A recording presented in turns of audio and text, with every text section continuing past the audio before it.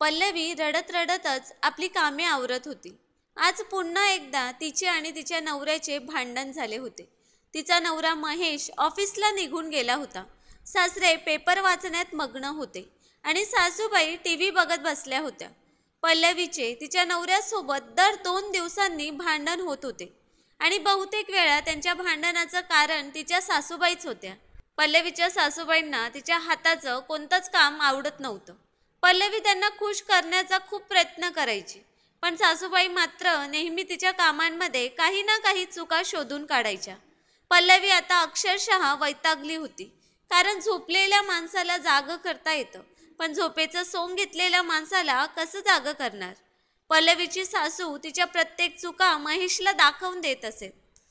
आजही तेच झालं होतं. पल्लवीने थंड चहा दिला म्हणून तिच्या सासूबाईंनी घर डोक्यावर घेतलं आणि याच कारणामुळे दोघं नवरा बायकोंचं भांडण झालं. खरं तर पल्लवीने सासूबाईंना गरमागरमच चहा दिला होता, पण मुद्दाम सासूबाई टीव्ही बघत बसल्या आणि तोपर्यंत तो चहा थंड झाला आणि मग तो थंड झालेला चहा त्यांनी महेशला दाखवला. मग महेश नेहमीप्रमाणे पल्लवीला जाब विचारण्यासाठी गेला की पल्लवी, तू आईला थंड चहा दिलास का? यावर पल्लवी म्हणाली की मी त्यांना गरमच चहा दिला होता, पण त्यांनी तुला तो थंड झाल्यावर दाखवला, त्यात माझा काय दोष? यावर महेश बोलू लागला की म्हणजे तुझं असं म्हणणं आहे की आईने मुद्दाम हे सगळं केलं आहे.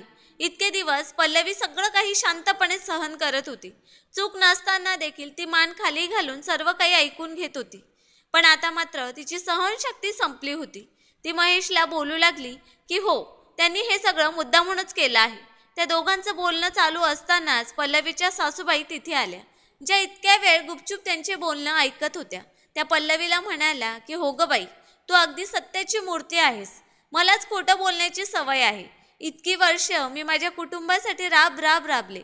विचार केला होता की आता सून आली आहे तर तिच्या हातचं गरमागरम खायला मिळेल, माझ्याही जरा जीवाला आराम मिळेल, पण नाही. एवढं कुठं आमचं नशीब चांगलं आहे, असे म्हणत त्या रडू लागल्या. स्वतःच्या आईला असं रडताना बघून महेशचा जीव कासावीस झाला. माझ्या बायकोच्या चुकीमुळेच आज माझ्या आईच्या डोळ्यात अश्रू आले आहेत असेच त्याला वाटले. म्हणून रागाच्या भरात मागचा पुढचा कसलाच विचार न करता महेशने पल्लवीच्या थोबाडीत मारली. आज पहिल्यांदा महेशने पल्लवीवर हात उचलला होता. त्याच्या या वागण्यामुळे पल्लवी खूप दुखावली गेली. महेश तसाच ऑफिसला निघून गेला. आपण आपल्या बायकोवर हात उचलला या गोष्टीचं त्याला अजिबातच वाईट वाटलं नाही. तो ऑफिसला निघून गेल्यावर सासूबाई शांतपणे हॉलमध्ये येऊन टीव्ही बघत बसल्या आणि सासरेही पेपर वाचत बसले. ते सगळं बघत होते, ऐकत होते, पण ते देखील एका शब्दानेही कधी सासूबाईंना बोलले नव्हते. इकडे पल्लवी मनातून आज पार खचली होती. रडत रडतच ती आपली कामं आवरत होती, पण तिच्या रडण्याचा कोणावरही काहीच परिणाम होत नव्हता. घरात काही झालेच नाही असेच सगळेजण वागत होते. पल्लवीच्या लग्नाला अजून 1 वर्ष देखील पूर्ण झाला नव्हता. सगळं काही सासूबाईंच्या मनासारखं करून सुद्धा सासूबाई तिचा एवढा राग का करत होत्या हेच तिला समजत नव्हते. लग्न झाल्यापासून तर आजपर्यंत त्या कधीच तिच्याशी प्रेमाने बोलल्या नाहीत. उलट सारख्या तिच्या चुका काढून त्या महेशला दाखवून द्यायच्या की तुझी बायको किती बावळट आहे ते. त्यामुळे पल्लवी आणि महेश या दोघांमध्ये आता भांडणं वाढतच चालली होती. हळूहळू त्या दोघांच्या नात्यात एक दुरावा निर्माण झाला होता. पल्लवी खूप वेळा महेशला समजावून सांगण्याचा प्रयत्न करायची, पण तो तिचं काहीच ऐकून घ्यायला तयारच नव्हता. खरं तर पल्लवी आणि महेशचं लव्ह मॅरेज होतं. लग्नाआधी ते दोघे एकाच ऑफिसमध्ये कामाला होते. महेशला बघताक्षणी पल्लवी आवडली होती, कारण पल्लवी दिसायला खरंच खूपच सुंदर होती. तसं तर पल्लवीलाही महेश खूप आवडला होता, कारण तोही दिसायला खूप स्मार्ट होता. हळूहळू दोघांमध्ये मैत्री झाली आणि मग मैत्रीचं रूपांतर प्रेमात. दोघेही सुशिक्षित होते. दोघांनीही आपापल्या पसंतीबद्दल घरच्यांना सांगितले आणि घरच्यांनीही काही आक्षेप न घेता त्यांचं धूमधडाक्यात लग्न लावून दिलं. पल्लवी वधू होऊन महेशच्या घरी आली. सुरुवातीला नव्याचे 9 दिवस खूप चांगले गेले. पल्लवीला तर स्वतःच्या नशिबाचा हेवाच वाटत होता. दोघेही एकत्र कामाला जातेत. दोघे पण खूप खुश होते. पण काही दिवसांनी सासूबाईंची कुरबुर सुरू झाली की आता सून आली तरी आमची कामं काही सुटत नाही. घरची कामं करून मी कशी थकते हे सारख्या त्या महेशला सांगत असे. त्यावर पल्लवीने सुचवले होते की आपण घरात एखादी कामवाली ठेवूया. पण हे देखील त्यांना मंजूर नव्हते. शेवटी हो नाही करत महेशच्या सांगण्यानुसार पल्लवीला तिची नोकरी सोडावी लागली. तरीही सासूबाई काही खुश झाल्या नाहीत. महेश कामाला गेला की त्या उठता बसता काही ना काही टोमणे मारतच असायच्या. पण जसा महेश घरी यायचा तशी त्यांची वागणूक बदलून जायची. याविषयी पल्लवीने तिच्या आईशी बोलण्याचा प्रयत्न केला, पण तिच्या आईने देखील तिला हे सांगितले की तू तुझ्या पसंतीने महेशसोबत लग्न केलं आहेस, त्यामुळे आता जे काही घडत आहे ते तर तुला सहन करावंच लागेल. जे आहे त्याला स्वीकार आणि तिथेच खुश राहा. आईचं असं बोलणं ऐकून तिची शेवटची आसही आता संपली होती. काय करावे यावर आणि या सर्वातून कसा मार्ग काढावा हे पल्लवीला काहीच कळत नव्हते. ज्या माणसासाठी तिने आपले माहेर सोडले, आपला जॉब सोडला, तोच तिला समजून घेत नव्हता, तर बाकीचे कसे समजून घेतील असा विचार करून पल्लवीची आतल्या आत खूप घुसमट होत होती. बघणाऱ्याला तर वाटत होते की पल्लवी तिच्या संसारात खूप सुखी आहे, पण पल्लवीचे दुःख फक्त पल्लवीलाच माहीत होते. इतक्या दिवसात त्या दोघं नवरा बायकोंमध्ये कितीही भांडणं झाली असली तरी महेशने कधीच तिच्यावर हात उचलला नव्हता. पण आज त्याने तिच्यावर हात उचलला होता. या गोष्टीने पल्लवीच्या मनाला खूप यातना होत होत्या. मग काही वेळ विचार करून पल्लवीने मनाशी काहीतरी ठरवलं आणि ती तिच्या सासू सासऱ्यांच्या खोलीत गेली. तिथे सासऱ्यांच्या झोपेच्या गोळ्यांच्या बाटलीतून थोड्या गोळ्या तिने काढून घेतल्या आणि ती किचनमध्ये आली. तिचे हात थरथरत होते, पण आज महेश जे काही वागला होता त्याने तिच्या स्वाभिमानाला ठेच पोचली होती. इतकं शिक्षण घेऊन आपण घरातील कामं करत बसलोय आणि नवऱ्याचा मार खात आहोत, हे सगळं सहन करण्यासाठीच का आपल्या आईवडिलांनी आपल्याला शिकवलं, असे अनेक विचार त्यावेळी तिच्या मनात फिरत होते. आणि तिने मागचा पुढचा काहीही विचार न करता त्या गोळ्या खाल्ल्या. इकडे महेश आज खूप अपसेट आहे हे त्याच्या ऑफिसमधील मित्राने म्हणजेच दीपकने ओळखले. टिफिन खाता खाता दीपकने महेशला विचारले की काय झाले आहे मित्रा, आज तू खूप उदास दिसत आहेस. यावर महेशने त्याला सगळा प्रकार थोडक्यात सांगितला. तेव्हा दीपकने महेशला समजावले की घर संसार म्हटल्यावर हे सगळं होणारच. तुझ्या विश्वासावर ती त्या घरात आली आहे, त्यामुळे तू देखील तिला समजून घ्यायला पाहिजे. दीपकच्या बोलण्यामुळे महेशला पण त्याची चूक समजली होती. मग घरी जाताना पल्लवीसाठी काहीतरी तिच्या आवडीचे घेऊन जायचं असं महेशने ठरवलं. संध्याकाळी निघताना त्याने पल्लवीच्या आवडीचे चॉकलेट आईस्क्रीम घेतले. आज महेशला जाणवले होते की खूप दिवस झाले आपण पल्लवीला कुठे फिरायला पण नाही नेले. इकडे रात्रीचे 8 वाजले होते तरी देखील पल्लवी अजून तिच्या खोलीतच होती. सासूबाईंनी पण तिला उठवले नाही की तिच्या खोलीत जाऊन बघितले नाही. त्यांना एक बहाणाच मिळाला होता, महेशला पल्लवी विरुद्ध भडकवण्याचा. टीव्ही चालू होता पण त्यांचे लक्ष सारखे दारातच लागले होते. कधी एकदा महेश येईल आणि कधी एकदा त्या पल्लवीची तक्रार करतील असे त्यांना वाटत होते. महेशला राहून राहून खूप वाईट वाटत होते की आपण पल्लवीवर असा हात उचलायला नको होता. घरी जाऊन पल्लवीची माफी मागायची आणि तिला घेऊन 4 दिवस कुठेतरी जाऊन येऊया असे त्याने ठरवले. त्याच विचारात तो घरी आला. घरी आल्या आल्या आईने पल्लवी अजून उठली नाहीये हे सांगितले. आम्हाला अजून चहा पण दिला नाही.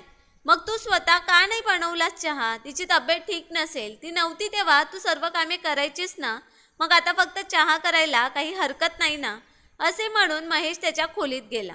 पल्लवी झोपली होती. तो तिच्या जवळ गेला. तिच्या डोक्यावरून त्याने प्रेमाने हात फिरवला. तो पल्लवीला उठवू लागला पण ती काही उठली नाही. तो जोरजोरात तिला हलवू लागला पण पल्लवी काही उठली नाही. त्याला आता भीती वाटू लागली की इतक्यात त्याची नजर बाजूलाच असणाऱ्या टेबलावर गेली. तिथे त्याच्या बाबांच्या झोपेच्या गोळ्यांची बाटली होती. त्याने ती बाटली उघडून बघितली तर ती रिकामी होती. त्याने लगेच बाबांना हाक मारली. बाबा आणि आई लगेच आतमध्ये आले. तेव्हा महेशने त्यांना विचारलं की बाटलीत किती गोळ्या शिल्लक होत्या. बाबा म्हणाले की 7-8 गोळ्या शिल्लक राहिल्या होत्या. महेश धावतच बिल्डिंगच्या बाजूलाच असणाऱ्या क्लिनिकमध्ये गेला. तिथे डॉक्टरांनी पल्लवीने बहुतेक झोपेच्या गोळ्या घेतल्याचे सांगितले. डॉक्टरांनी पटकन ॲम्ब्युलन्स बोलवायला सांगितली. डॉक्टरांनी पल्लवीला तपासले तर तिचा मंद श्वास चालू होता. थोड्याच वेळात ॲम्ब्युलन्स आली आणि पल्लवीला घेऊन महेश हॉस्पिटलला पोहोचला. पण पोलीस केस असल्यामुळे डॉक्टरांनी पोलिसांना बोलावले. डॉक्टरांनी पल्लवीला ICUमध्ये नेले. पल्लवीने आत्महत्येचा प्रयत्न केला होता. महेशला काहीच सुचत नव्हते. त्याने पल्लवीच्या आईबाबांना फोन केला. घडलेला प्रकार त्याने पल्लवीच्या आईला थोडक्यात सांगितला. पल्लवीबद्दल ऐकून तिच्या आईला शॉकच बसला. तिचे आई वडील दोघेही हॉस्पिटलमध्ये पोहोचले आणि विचारू लागले की महेशराव हे असे कसे झाले. महेशला काय बोलावे ते सुचेनासे झाले होते. त्याच्या डोळ्यातून अश्रू वाहू लागले. महेशचा मित्र दीपक पण तिथे आला. तेव्हा महेश दीपकच्या गळ्यात पडून रडू लागला आणि म्हणाला की दीपक, अरे काय होऊन बसलं रे हे, पल्लवी वाचेल ना. दीपक महेशला धीर देत म्हणाला की काळजी करू नकोस, सगळं काही ठीक होईल. महेशला आपली चूक लक्षात आली होती, पण आता खूप उशीर झाला होता. महेशला पल्लवीची आणि त्याची पहिली भेट आठवली. पहिल्या दिवशी जेव्हा त्याने पल्लवीला बघितले तेव्हाच तो तिच्या प्रेमात पडला. पल्लवी दिसायला खूप सुंदर होती. गोरापान रंग, काळेभोर डोळे, सडपातळ बांधा. तिने पिंक कलरचा पंजाबी ड्रेस घातला होता. तो तिला खूपच उठून दिसत होता. महेशला ती खूप आवडली. तो सारखा तिला चोरून चोरून बघायचा. पल्लवीच्या पण ते लक्षात आले होते. महेशची पण पर्सनॅलिटी खूप भारदस्त होती. जिमने कमावलेले शरीर, गोरापान रंग, कुरळे केस, घारे डोळे, क्लीन शेव, त्यामुळे पल्लवीला पण तो आवडला होता. मग जेव्हा महेशने पल्लवीला लग्नासाठी प्रपोज केला तेव्हा पल्लवीने देखील ते प्रपोजल ॲक्सेप्ट केले होते. दोघांच्याही घरी जेव्हा दोघांनी सांगितले तेव्हा घरचे पण सहज तयार झाले त्यांच्या लग्नाला. महेशला त्यांच्या लग्नानंतरचे सोनेरी दिवस आठवत होते. इतक्यात कोणीतरी त्याला आवाज दिला आणि तो आठवणीतून बाहेर आला. डॉक्टर त्याला बोलवत होते. मिस्टर महेश, आम्ही आमच्या परीने पूर्ण प्रयत्न करत आहोत. उद्यापर्यंत जर पल्लवी शुद्धीत आली नाही तर तिच्या जीवाला धोका निर्माण होऊ शकतो. तेव्हा महेशने तिला एकदा भेटण्यासाठी डॉक्टरांना विनंती केली, पण तुम्ही तिला लांबूनच बघा असे डॉक्टरांनी सांगितले. एवढे बोलून डॉक्टर निघून गेले. महेशने तिला लांबूनच बघितले. पल्लवीच्या हाताला, छातीला, नाकाला नळ्या लावल्या होत्या. तिच्याकडे बघून त्याला फार वाईट वाटले. आपल्यामुळेच तिची ही अशी अवस्था झाली आहे. आपण तिला समजून घेतले नाही. कामामध्ये तिचे प्रमोशन होणार होते, पण आपण तिला काम सोडायला लावले. तिने सुद्धा आपल्या आनंदासाठी काम सोडले. तरी सुद्धा आपण सतत तिला गृहीत धरत गेलो. ती सुद्धा आपल्यावरच्या प्रेमासाठी, संसारासाठी सगळं काही सहन करत गेली. आपण आपल्या आईला खुश ठेवण्याच्या नादात पल्लवीच्या आनंदाचा बळी दिला. तिला काय वाटत असेल याचा देखील विचार केला नाही. तिने मला खूप वेळ सांगण्याचा प्रयत्न केला, पण मी तिचे काहीही ऐकून घेतले नाही. तिची मानसिक घुसमट होत गेली. त्यामुळेच तिने असा टोकाचा निर्णय घेतला. हा सर्व विचार करत असतानाच त्याच्या खांद्यावर कोणीतरी हात ठेवला. त्याने वर बघितले तर आई होती. आईने त्याच्यासाठी खायला आणले होते. त्याची तर भूक कधीच मेली होती. आई त्याला म्हणाली की महेश बेटा थोडं खाऊन घे. त्यावर महेश बोलला की आई मला भूक नाहीये. त्यावर त्याची आई म्हणाली की काय मुलगी आहे ही, एवढ्याशा गोष्टीचा किती मोठा तमाशा केला तिने. आईचे हे वाक्य ऐकताच महेशचा राग अनावर झाला. तो आईला म्हणाला की आई ती मरणाच्या दारात आहे ग, आता तरी तिचा पिच्छा सोड. तुझ्यासाठी मी उगाच छोट्या छोट्या गोष्टींसाठी तिच्याशी भांडत राहिलो. ती बरी होण्यासाठी प्रार्थना करायची सोडून तू तिलाच दोष देत आहेस. आई म्हणाली महेश जरा प्रॅक्टिकल वाग, भावनेच्या भरात वाहून जाऊ नकोस. आईच्या बोलण्याचा महेशला खूप राग आला. तो तिथून उठला आणि बाहेर जाऊन बसला. पल्लवीची आई खूपच रडत होती. बाबांना तर आपली लहानपणीची पल्लवी आठवायला लागली. देवा माझ्या मुलीला वाचव असे ते मनोमन प्रार्थना करत होते. पल्लवीची आई पल्लवीच्या बाबांना म्हणाली की पल्लवीच्या सासूबाई हल्ली तिला खूप त्रास देत होत्या. पल्लवीने मला सांगण्याचा प्रयत्न केला होता, पण मीच काही तिचं ऐकून घेतलं नाही. मला वाटलं की मी जर तिची बाजू घेतली तर ती तिचे सासर सोडून भांडून आपल्याकडे निघून येईल. लोक काय म्हणतील म्हणून मीच तिला बोलले की तू आपल्या मर्जीने पसंतीने लग्न केले आहेस तर सगळे सहन कर. मला वाटले होते की थोड्या दिवसांनी सगळं ठीक होईल, पण हे काय होऊन बसले. पल्लवीच्या बाबांना हे सर्व ऐकून फार वाईट वाटले. ते पल्लवीच्या आईला म्हणाले की अगं तू मला एकदा सांगायचं तरी होतं. जेव्हा तिला आपल्या आधाराची गरज होती तेव्हा जर आपण तिच्या पाठीशी उभे नाही राहणार तर कधी राहणार. आपल्या मुलीचे लग्न झाले म्हणून ती इतकी परकी झाली का ग आपल्याला. समाज काय बोलेल याचा विचार करून तू गप्प बसलीस. तिच्या जीवापेक्षा जास्त आहे का तुला हा समाज. आता जर पल्लवीला काही झालं ना तर तोच समाज तुला टोचून बोलेल की माहीत होतं तरी त्याच्यावर काही मार्ग काढला नाही. किती मानसिक त्रास सहन केला असेल माझ्या पल्लवीने, किती एकटी पडली असेल ती, असे म्हणून पल्लवीचे बाबा रडू लागले. रात्र गेली तरी पल्लवी काही शुद्धीवर आली नव्हती. दुसऱ्या दिवशी सकाळी डॉक्टरांची धावपळ सुरू झाली. ते बघून सगळेच घाबरले. डॉक्टरांनी महेशला बोलवले आणि सांगितले की पल्लवी आता शुद्धीत आली आहे आणि तिची प्रकृती आता स्थिर आहे. महेश लगेच तिला भेटण्यासाठी जाऊ लागला, पण डॉक्टरांनी त्याला सांगितले की आधी पोलीस तिला भेटतील, मग इतर सगळे भेटू शकतात. डॉक्टरांनी पोलिसांना कळवले. पोलीस लगेच आले आणि पल्लवीचा जबाब नोंदवण्यासाठी आत गेले आणि पल्लवीचा जबाब नोंदवू लागले. पल्लवीने पोलिसांना सर्व थोडक्यात सांगितले. मानसिक त्रास दिल्याबद्दल महेशच्या आईविरोधात तक्रार नोंदवली. त्याप्रमाणे पोलिसांनी महेशच्या आईला अटक केली. महेशचे वडील लगेच वकिलाकडे निघाले. महेशने पल्लवीला भेटण्यासाठी डॉक्टरांना विनंती केली, पण तिला आरामाची गरज आहे. जास्त त्रास झाल्यास तिची तब्येत बिघडू शकते असे डॉक्टर म्हणाले. पल्लवीच्या प्रकृतीत सुधारणा झाल्यामुळे तिला जनरल वॉर्डमध्ये शिफ्ट करण्यात आले.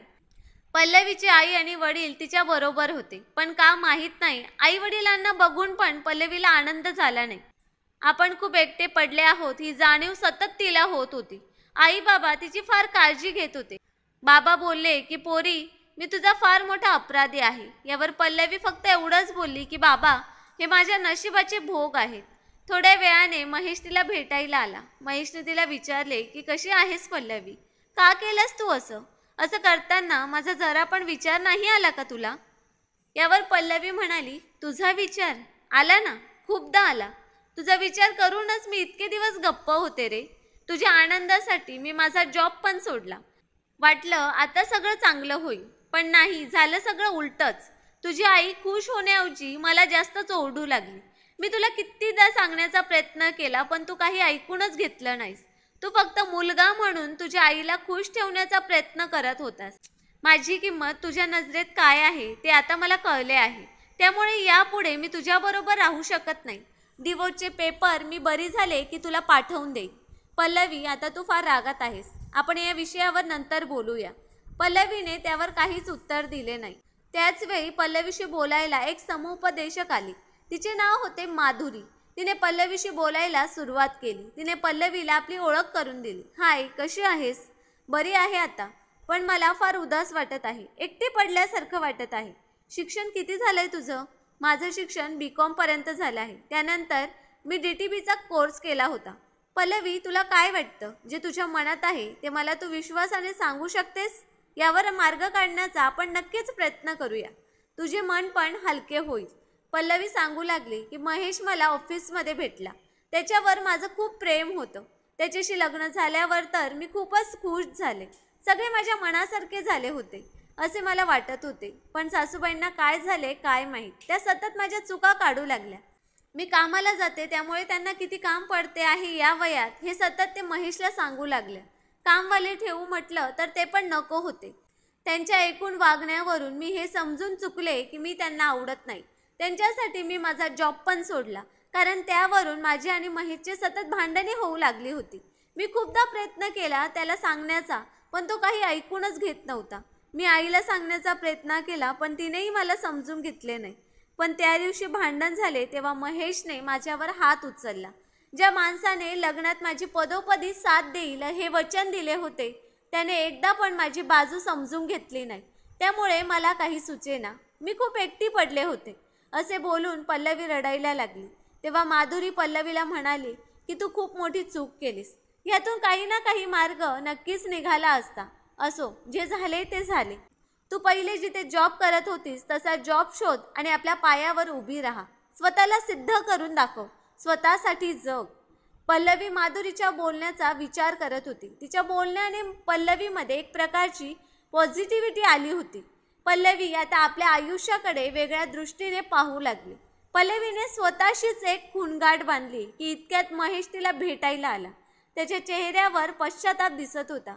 कशी आहेस पल्लवी? त्यावर पल्लवी म्हणाली, कशी दिसते?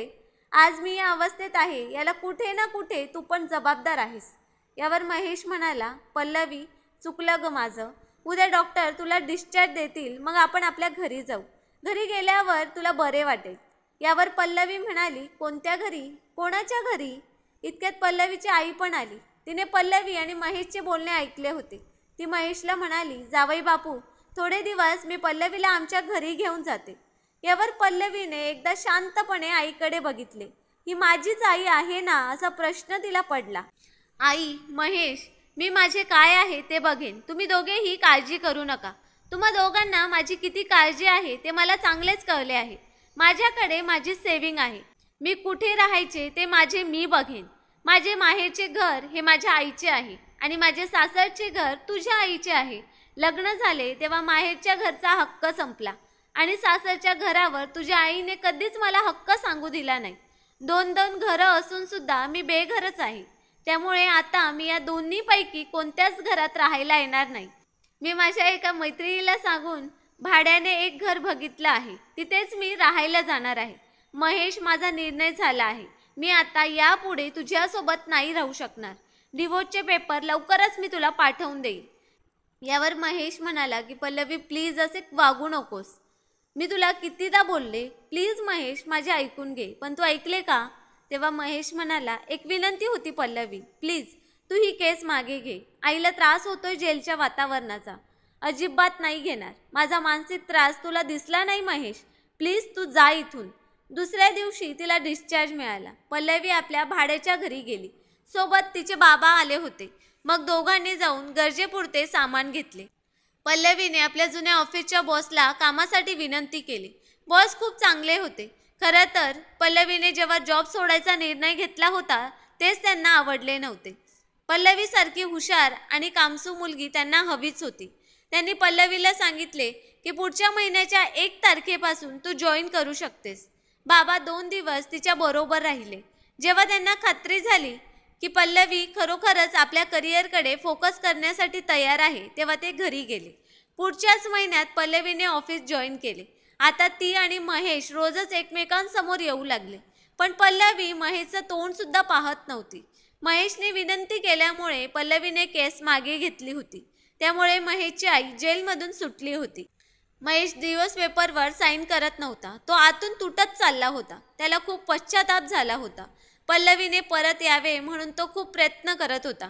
1 वर्षानंतर पल्लवीला प्रमोशन मिळाले होते.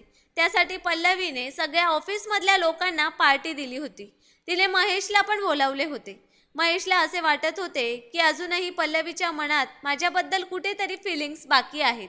त्याने पल्लवीला एकदा त्याचे म्हणणे ऐकून घेण्यासाठी विनंती केली की प्लीज पल्लवी एकदा माझे म्हणणे ऐकून घे, प्लीज एकदा. त्यानंतर मी कधीच तुला नाही भेटणार.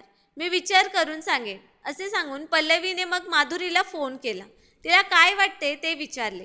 माधुरी म्हणाली की एकदा भेटून घे त्याला. त्याच्या मनात काय आहे ते पण ऐक आणि तुझ्या मनात काय आहे ते पण सांग. ठीक आहे, दुसऱ्या दिवशी ऑफिस सुटल्यावर भेटू, असे तिने महेशला सांगितले. त्याप्रमाणे दोघेही ऑफिस सुटल्यावर भेटले. हाय पल्लवी, कशी आहेस? मी ठीक आहे महेश. आपण मुद्द्यावरच बोलूया का? तुला काय बोलायचे आहे ते मोकळ्या मनाने बोल. पल्लवी, मी खरंच तुझा खूप मोठा अपराधी आहे. माझी खूप मोठी चूक झाली. मी तुझं काहीच ऐकून घेतलं नाही. पण त्या दिवशी मला माझी चूक समजली होती की मी खूप चुकीचा वागलो तुझ्याशी. त्याचा मला खूप पश्चाताप झाला होता. मी त्या दिवशी तुझी माफी मागायलाच आलो होतो, पण तू त्या दिवशी प्लीज मला माफ कर पल्लवी, प्लीज मला माफ कर. पल्लवीने महेशचं बोलणं शांतपणे ऐकून घेतलं. मग पल्लवी त्याला म्हणाली की माझं तुझ्यावर खूप प्रेम होतं महेश. किती स्वप्न घेऊन मी त्या घरात आले होते. तुम्हाला आपलंसं करण्याचा मी खूप प्रयत्न केला. तुझ्या आईबाबांना मी माझेच आईबाबा समजत होते. मी खरंच अगदी मनापासून प्रयत्न करत होते. पण हळूहळू तुझ्या आईने माझ्या चुका काढायला सुरुवात केली. मी त्यांच्या मनासारखे वागण्याचा प्रयत्न करत होते. त्या घरात ॲडजस्ट करण्याचा प्रयत्न करत होते. पण हळूहळू माझी पण सहनशीलता संपली. तुझ्या आईला कदाचित तुझे माझ्याभोवती फिरणे आवडत नव्हते. तुला अनेकदा मी सांगण्याचा प्रयत्न केला, पण तू एकदा सुद्धा माझं म्हणणं ऐकून घेतलं नाही. मी खूप एकटी पडत गेली. महेश, परत तेच सगळं काढून फक्त त्रास होतोय. आपली बाजू मांडायला मिळाली नाही आणि ती कुणी ऐकून घेतली नाही तर किती त्रास होतो हे मी चांगलेच अनुभवले आहे. त्यामुळे मी तुला ही संधी दिली.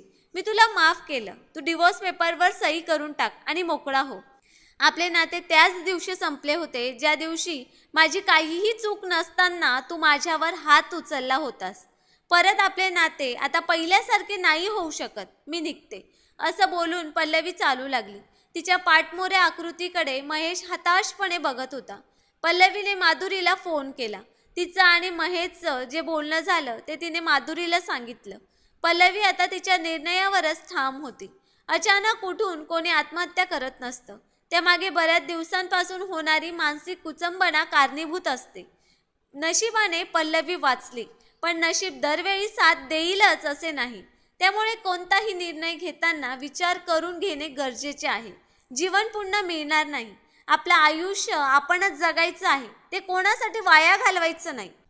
मला तर पल्लवीचा निर्णय योग्य वाटतो, कारण बहुतेक वेळा स्त्रीला गृहीत धरलं जातं. ती आपल्या संसारासाठी खूपदा आपल्या आवडीची तडजोड करून संसार वाचवण्याचा प्रयत्न करत असते, पण तिचे प्रयत्न कोणालाही दिसत नाहीत किंवा दिसले तरी त्याकडे न बघितल्यासारखेच केले जाते. तर मित्रांनो, पल्लवीने घेतलेला निर्णय योग्य होता की अयोग्य ते आम्हाला कमेंट करून नक्कीच सांगा. आम्ही नेहमी तुमच्या कमेंट्स आणि लाईकची वाट बघत असतो. आणि स्टोरी आवडली असेल तर व्हिडिओला लाईक आणि चॅनलला सबस्क्राईब करायला विसरू नका. धन्यवाद.